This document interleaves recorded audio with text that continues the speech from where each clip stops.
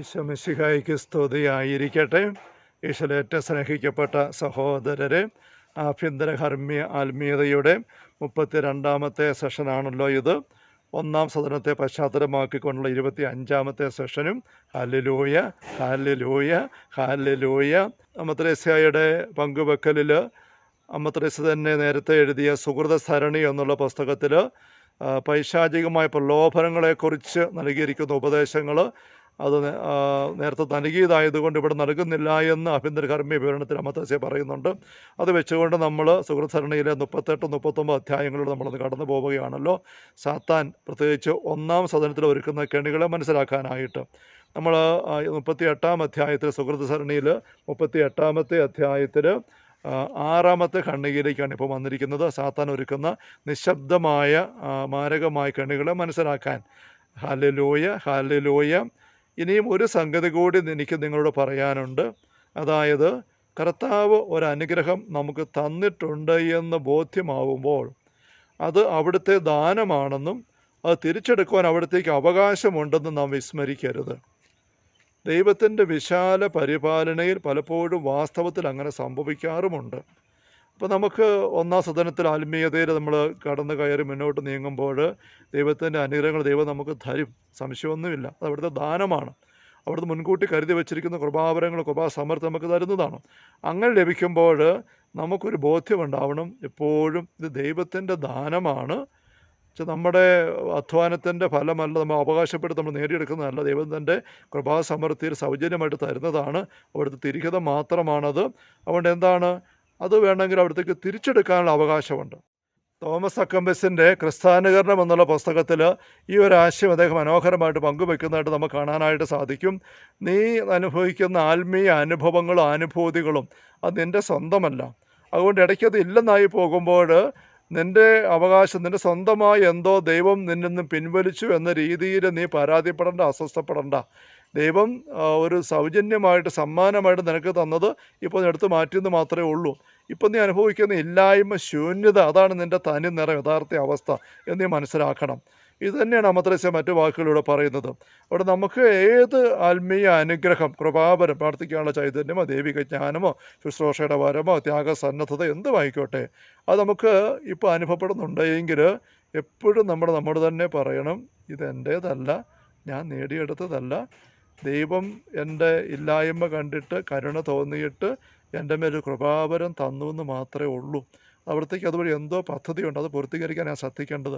ഈ ഒരു എളിമയോടെയുള്ള ബോധ്യത്തിൽ, മനോഭാവത്തിൽ എപ്പോഴും നമ്മൾ നീങ്ങണം. അവസ്ഥ പറയാൻ ചിലപ്പോൾ അത് കുറച്ച് ഇല്ലെന്നായി പോയെന്ന് വരും, ദൈവം തിരിച്ചെടുത്തെന്ന് വരാം.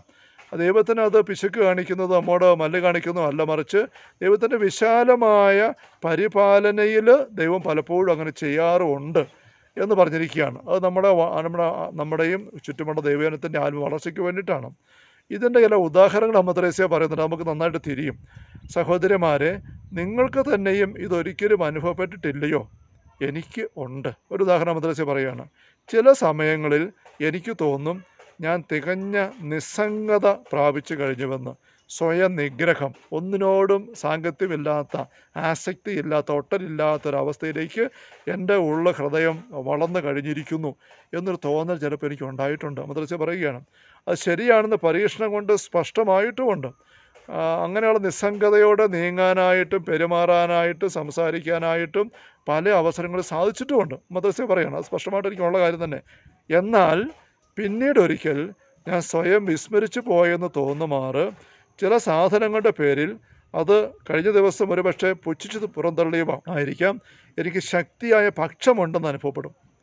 അപ്പോൾ ഒന്നിനോട് യാതൊരു ആസക്തിയുമില്ല, താല്പര്യമില്ല, ഒന്നും എനിക്ക് വേണ്ട, നിസ്സംഗത, സമ്പൂർണ്ണ സർവം ത്യജിച്ച അവസ്ഥ ഞാൻ എത്തിയെന്നുള്ള ബോധ്യം എനിക്ക് ഉണ്ടായി. അനുഭവമാണത്. അങ്ങനെ നിസ്സംഗത നീങ്ങാൻ എനിക്ക് സാധിക്കുന്നുമുണ്ട്. പക്ഷേ അങ്ങനെ നീങ്ങുന്നതിനിടയിൽ ഒരു ദിവസം ഇത് അപ്രതീക്ഷിതമായിട്ട് എന്തോ ചില സാധനങ്ങൾ, ചില കാര്യങ്ങളുടെ വിഷയം വന്നപ്പോൾ എൻ്റെ ഉള്ളു വല്ലാതെ അത് ആഗ്രഹിക്കുന്നു. അത് കിട്ടാതെ പറ്റുകയില്ലെന്ന് തോന്നുന്നു. അത് കിട്ടാതെ വരുമ്പോൾ ഞാൻ അസ്വസ്ഥപ്പെടുന്നു, ഞാൻ വല്ലാതെ ഭാരപ്പെടുന്നു, അതിനുവേണ്ടി ഞാൻ വല്ലാണ്ട് വിഷമിച്ച് അന്വേഷിക്കുന്നു, ആവശ്യപ്പെടുന്നു. ഇങ്ങനെയൊക്കെയുള്ള അനുഭവം വരുന്നു. അപ്പോൾ എൻ്റെ നിസ്സംഗത എവിടെ പോയി? ഉണ്ടെന്ന് വിചാരിച്ചത് അത് വട്ടപൂജ്യമായി തിരിച്ചറിയുക. അമ്മ ത്രേസ്യ പറയുകയാണ്, നമുക്ക് ചില വെളിച്ചം നമ്മുടെ യുദ്ധത്തിലേക്ക് തരുന്നുണ്ട്. വീണ്ടും വേറെ ഉദാഹരണം പറയുകയാണ്. മറ്റവസരത്തിൽ മറ്റവസരങ്ങളിൽ എനിക്ക് വളരെ ഉന്മേഷം തോന്നും. ദൈവശുശ്രൂഷ സംബന്ധിച്ച യാതൊന്നിനും ഞാൻ വിമുഖയായിരിക്കുകയില്ല. അങ്ങനെ ചിലതൊക്കെ ഞാൻ സാധിച്ചിട്ടുണ്ടെന്ന് പരീക്ഷണവും തെളിയിച്ചിട്ടുണ്ട്. നല്ല തീക്ഷ്ണതയുടെ ഉന്മേഷമാണ്, ആവേശമാണ്. തമ്പുരാന് വേണ്ടിയിട്ട് എന്തുമാത്രം അധ്വാനിക്കാനും ചെയ്യാനും ഓടാനും ത്യാഗമെടുക്കാനും ഉറക്കമളിക്കാനും ഭക്ഷണം മാറ്റി വെച്ച് മണിക്കൂറുകൾ അങ്ങനെ ചെയ്യാനുള്ള ഉന്മേഷം, തീക്ഷ്ണത അങ്ങനെ ജ്വലിച്ച്. അപ്പോൾ ഞാൻ വിചാരിക്കും ഞാൻ നല്ല തീക്ഷ്ണത കൊണ്ട് ജ്വലിക്കുന്ന ഒരു ദൈവ മകനാണ്, മകളാണ്. അങ്ങനെ തൃപ്തി എനിക്ക് കയറുകയാണ്. അങ്ങനെ തന്നെ കാര്യങ്ങൾ ചെയ്യുകയും ചെയ്യുന്നുണ്ട്. അങ്ങനെ നാളുകൾ ഓടിക്കഴിയുന്ന അവസരത്തിൽ മൊത്തത്തിൽ പറയുകയാണ്, പിന്നെ ഒരു ദിവസം വരുമ്പോൾ ദൈവത്തെ പ്രതി വേണ്ടി വന്നാൽ ഒരു പ്രതിസന്ധി തരണം ചെയ്ത് ഒരു എറുമ്പിനെ കൊല്ലാനും പോലും ഞാൻ തുനിയുകയില്ല. ഒരു ഉറുമ്പിനെ ഒന്ന് തോണ്ടിക്കളയാനുള്ള ഊര് പോലും തീക്ഷ്ണത പോലും ഇല്ലാതെ ഞാനിങ്ങനെ തളർന്ന് ഒന്നും ചെയ്യാനുള്ള ഒരു തീക്ഷ്ണതയും ഉത്സാഹവും ഉന്മേഷവും ഇല്ലാത്ത അവസ്ഥ ഞാൻ ആയി പോകുന്നുണ്ട്. അപ്പോൾ അമ്മ തെരേസ ഇത് ചൂണ്ടിക്കാണിച്ചിട്ട് പറയുകയാണ്, നമ്മുടെ അവസ്ഥ ഇത്രയേ ഉള്ളൂ. അവിടെ നമുക്ക് തോന്നുന്ന തീക്ഷ്ണത നമ്മുടെ മിടുക്കാണെന്നോ പുണ്യമാണെന്ന് നേടുകയെന്നൊന്നും വിചാരിക്കേണ്ട. അത് നമ്മുടേതല്ല. ദൈവം തൻ്റെ കൃപാസമൃദ്ധി നമ്മൾക്ക് ചൊരിഞ്ഞത് കൊണ്ട് അതവിടെ നമ്മൾ പ്രവർത്തനക്ഷമമായെന്ന് മാത്രമേ ഉള്ളൂ. അത് എളിമയോടെ മനസ്സിലാക്കണം. നമ്മൾ തെരേസ പറയുകയാണ്. വീണ്ടും ഒരു ഉദാഹരണം പറയുകയാണ്. അതുപോലെ ചില സന്ദർഭങ്ങളിൽ എന്നെപ്പറ്റി പരാതികളും ദുഷ്പ്രവാദങ്ങളും കേൾക്കുമ്പോൾ എനിക്ക് അശേഷം കൂസലില്ലെന്ന് തോന്നും. പലപ്പോഴും അങ്ങനെ തന്നെയാണെന്ന് മാത്രമല്ല, അവയെ ഞാൻ ആനന്ദിക്കുന്നുവെന്ന് പോലും പരീക്ഷണങ്ങൾ വ്യക്തമാക്കിയിട്ടുണ്ട്. എന്നെപ്പറ്റി ആരെല്ലാം എന്തെല്ലാം കുറ്റം പറഞ്ഞാലും അപഖ്യാതി പറഞ്ഞാലും കിംവദന്തി പറഞ്ഞു വരുത്തിയാലും എനിക്കൊരു കൂസലുമില്ല. അത് നോക്കി പുഞ്ചിരിച്ചിട്ട് എനിക്ക് പോകാൻ പറ്റുന്നു. അപ്പോൾ ഞാൻ അങ്ങനെയുള്ള ആക്ഷേപങ്ങളിൽ നിന്ന് മനുഷ്യ അഭിപ്രായങ്ങൾ, ലോക അഭിപ്രായം, അതിനകത്തെല്ലാം ഞാൻ വിടുതൽ പ്രാപിച്ച വ്യക്തിയാണെന്ന് എനിക്ക് നല്ലൊരു തൃപ്തിയുണ്ട്. എനിക്കത് അനുഭവമുണ്ട്. ഉദാഹരണങ്ങൾ ഇഷ്ടംപോലെ ഉണ്ട് പറയാൻ. അങ്ങനെ ദിവസങ്ങളോളം മുന്നോട്ട് നീങ്ങും. അമ്മ തെരേസ പറയാം, സ്വന്തം അനുഭവം പറയുകയാണ്.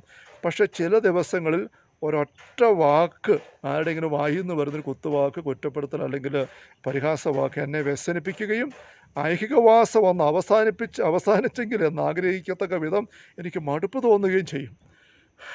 ഒരു കുത്തുവാക്ക് കേട്ട്, ഒരു കുറ്റപ്പെടുത്തൽ കേട്ട്, ഒരു പരിഹാസം കേട്ട് എവിടെ നിന്ന് ഇതേ എൻ്റെ സകല ഉന്മേഷവും പോയി. എനിക്കങ്ങ് വിഷമം കയറി, സങ്കടം കയറി, മടുപ്പ് കയറി. ഞാൻ ചിന്തിക്കുന്നത് എന്താണ്, ചത്താൽ മതിയായിരുന്നു. ഇപ്പം അവിടെ എല്ലാം നിർത്തിയേക്കാം, ഇവിടെ നാട് വിട്ട് പോയേക്കാം. എന്തിനാ ഇങ്ങനെ ചെയ്യുന്നത്? ഒരൊറ്റ വാക്കിൽ എൻ്റെ സർവ്വ ഊരും പോവുകയാണ്. ഇതെൻ്റെ അനുഭവം മാത്രമല്ല, എന്നേക്കാൾ ഉത്തമരായ പല ആളുകളിലും ഞാൻ ദർശിച്ചിട്ടുള്ളതും കൂടി ആകയാൽ ഇപ്രകാരം സംഭവിക്കാറുണ്ടെന്ന് എനിക്ക് നിശ്ചയമുണ്ട്. ഇതുമായി എഴുതുമ്പോൾ 1 രാജാക്കന്മാർ 19 ആദ്യ വാക്യങ്ങൾ ഏലിയ പ്രവാചകൻ എത്രയോ തീക്ഷ്ണമതിയായ ശക്തനായ കൃപ നിറഞ്ഞ ശുശ്രൂഷയുടെ വ്യക്തിയാണ്. നമുക്കറിയാം, ബാലിൻ്റെ 400 പ്രവാചകന്മാരൊക്കെ വാളിനിരയാക്കി കർമ്മലം വരെ അഗ്നി ഇറക്കി ബലിയർപ്പിച്ച് എന്തെല്ലാം വരൾച്ച, മഴ പെയ്യരുതെന്ന് പറഞ്ഞ് പിന്നെ മഴ പെയ്യിപ്പിച്ചു 3 വർഷം കഴിഞ്ഞപ്പോൾ.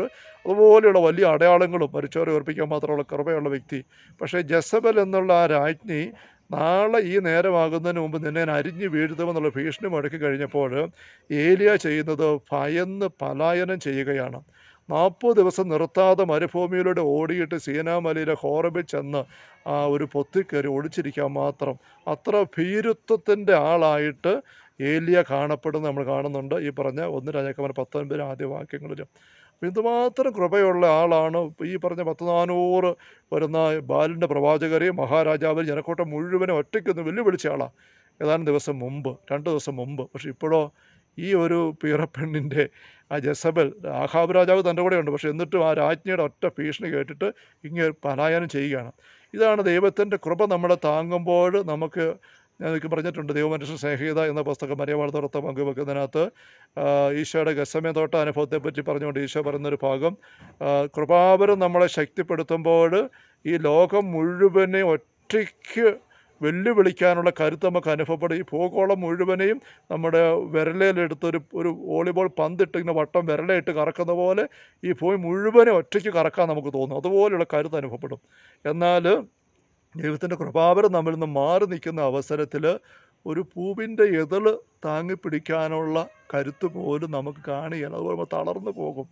അതാണ് ഈശോ ഗസമേതോട്ടത്തിൽ കയറിയപ്പോൾ അനുഭവിച്ചത്. ഞാൻ മരണത്തോളം അസ്വസ്ഥനാണ് എന്ന് പറഞ്ഞ് അവിടെ തളർന്ന് നിലം പറ്റി വീഴുകയാണ്, കാറുകയാണ്, വിയർക്കുകയാണ്, ചോര വിയർക്കുകയാണ്, ശക്തിയില്ലാതെ. പിന്നെ പ്രാർത്ഥിച്ച് ദൈവത്തിൻ്റെ കൃപ മാലാഖ വന്ന് ശക്തിപ്പെടും. കൃപ കിട്ടി. ആ ശക്തിയിലാണ് പിന്നെ ഈ യുദാസും കൂട്ടരും അറസ്റ്റ് ചെയ്യാൻ വരുമ്പോൾ ഈശോ ഇറങ്ങി ചെല്ലുന്നത്. കൃപാവരമില്ലാത്തപ്പോൾ നമ്മൾ വേർത്ത് കുളിച്ച് വല്ലാണ്ടായി പോകും. അപ്പോൾ ഇത് നമ്മൾ തിരിച്ചറിയണം. ഖണ്ഡികയിൽ അമത്തച്ഛൻ്റെ ബാക്കി പറയുകയാണ്, വാസ്തവം ഇതായിരിക്കെ താൻ പുണ്യവാനാണെന്നോ സുഹൃത സമ്പന്നനാണെന്നോ സമർത്ഥിക്കുവാൻ ആർക്ക് സാധിക്കും? പുണ്യത്തിൻ്റെ ആവശ്യം ഏറ്റവും അധികമുള്ളപ്പോഴായിരിക്കും അതിൻ്റെ ദാരിദ്ര്യം ഏറ്റവും അധികമായിട്ട് അനുഭവപ്പെടുക. അതുകൊണ്ട് നമുക്ക് ഒരു കാരണവശാലും ചിന്ത വരരുത്, നമ്മുടെ ആത്മീയ അനുഭവങ്ങൾ, ആത്മീയമായ ശീലങ്ങൾ, പ്രാർത്ഥനയുടെ കൃപകൾ, ആത്മീയമായിട്ട് നമ്മൾ ചെയ്യുന്ന നല്ല കാര്യങ്ങൾ അത് ആൾക്കാർ എന്തുമാത്രം കാണുകയും ബോധ്യപ്പെടുകയും അതേപ്പറ്റി സംസാരിക്കുകയും അഭിനന്ദിക്കുകയും ഒക്കെ ചെയ്താലും, നമുക്ക് തന്നെ എത്ര ബോധ്യം നമ്മളെപ്പറ്റി തോന്നിയാലും, തൃപ്തി വരുന്ന പോലെ നേട്ടങ്ങൾ കൈവരിച്ചാലും, നല്ല വചനപ്രഘോഷണം നമ്മൾ നടത്തുന്നു, അല്ല നല്ല മധ്യസ്ഥ പ്രാർത്ഥന നടത്തുന്നു, നല്ല പ്രാർത്ഥന നയിക്കൽ നടത്തുന്നു, അല്ലെങ്കിൽ ദീർഘമായ മധ്യസ്ഥ പ്രാർത്ഥന, അല്ലെങ്കിൽ അങ്ങനെയുള്ള എന്തെല്ലാം കാര്യങ്ങൾ, നല്ല ഉപദേശം കൊടുത്തൊരു കുടുംബം മുഴുവനെ ആത്മഹത്യയിൽ നിന്ന് രക്ഷിക്കുന്നു, എന്തെല്ലാം കാര്യങ്ങളാണ്. ഈ ഒന്നാം സദനത്തിൽ ഒരുപാട് മുറികളുണ്ട്, നമ്മൾ കണ്ടതാണ്. ഏത് മുറിയിലായിക്കോട്ടെ നീ കയറിയിരിക്കുന്നത്, നിന്നോട് സംഭവിക്കുന്ന ഒരു കാര്യങ്ങളും നിൻ്റേതല്ല, ദൈവത്തിൻ്റേതാണ്. എന്നെ ശക്തിപ്പെടുത്തുന്നവരിൽ എനിക്കെല്ലാം സാധിക്കും. ഞാനല്ല, എന്നിൽ ദൈവത്തിൻ്റെ കൃപ പ്രവർത്തിച്ചു. പ്രൊഫസർ പറയല്ലേ, എല്ലാവരേക്കാൾ കൂടുതൽ ഞാൻ അധ്വാനിച്ചു, ഞാനല്ല, ദൈവത്തിൻ്റെ കൃപ അധ്വാനിച്ചു. അങ്ങനെ പറയാനുള്ളൊരു ബോധ്യം നമുക്ക് വേണം. ഇത് ബോധ്യം മാത്രം പോരാ. റോമാലേഖനത്തിൽ പറയുന്ന പോലെ ഹൃദയത്തിൽ വിശ്വസിക്കുന്ന കാര്യം അധരം കൊണ്ട് ഏറ്റു പറയണം. ഇത് നമ്മോട് തന്നെ നമ്മൾ ആവർത്തിച്ച് പറയണം ഓരോ ഇങ്ങനത്തെ അവസരം ഉണ്ടാകുമ്പോഴും. അല്ലെങ്കിൽ സാത്താൻ തന്നെ നമ്മുടെ ഉള്ളിൽ ഈ പറഞ്ഞ തൃപ്തി ഇട്ടുതരും. അതോടൊപ്പം തന്നെ ചുറ്റുമുള്ള ആൾക്കാർ നമ്മളെ നോക്കിക്കൊണ്ട് വലിയ അവിശ്വസനീയമായ അഭിമാനത്തോടെ സന്തോഷത്തോടെ നമ്മളെ പുകഴ്ത്തി പറയും. അത് കേൾക്കുമ്പോൾ നമ്മളങ്ങ് ഞെളിഞ്ഞ് അങ്ങനെയാണെന്നുള്ള ചിന്തയിലേക്ക് പോകും. അതുകൊണ്ട് അങ്ങനത്തെ ഒരു കെണി നമ്മൾ പോയി പെടരുതായി നമ്മ ത്രേസ്യ മുന്നറിയിപ്പ് തരുന്നു. നമുക്ക് നല്ലതുപോലെ ജാഗ്രതയോടെ ആത്മശോധന ചെയ്ത് നീങ്ങാനായിട്ട് സാധിക്കട്ടെ. നമുക്കുള്ള വരങ്ങൾ, സന്ദേശങ്ങൾ കിട്ടുന്നതോ വിഷൻസ് കിട്ടുന്നതോ ഉൾപ്രേരണ കിട്ടുന്നതോ ആയിക്കോട്ടെ, അതേക്കുറിച്ച് നമ്മളെപ്പോഴും ചിന്തിക്കേണ്ടത് ഇങ്ങനെ തന്നെയാണെന്ന് ഓർമ്മിക്കണം. ഹല്ലേലൂയ, ഹല്ലേലൂയ. കർത്താവേ യേശു മിശിഹായുടെ സമൃദ്ധമായ കൃപയും അനുഗ്രഹങ്ങളും പിതാവായ ദൈവത്തിൻ്റെ അവർണ്ണനീയമായ സ്നേഹവും പരിശുദ്ധാത്മാവായ ദൈവത്തിൻ്റെ നിരന്തരമായ സാന്നിധ്യ സഹവാസവും സ്നേഹമുള്ള സഹോദരങ്ങളെ നാം ഓരോരുത്തരോടും കൂടെ നമ്മുടെ എല്ലാ ആത്മീയ പരിശ്രമങ്ങളും കൂടെ ഉണ്ടായിരിക്കട്ടെ, ഇപ്പോഴും എപ്പോഴും എന്നേക്കും. ആമേൻ. ഈശോ മിശിഹായ്ക്ക് സ്തുതിയായിരിക്കട്ടെ.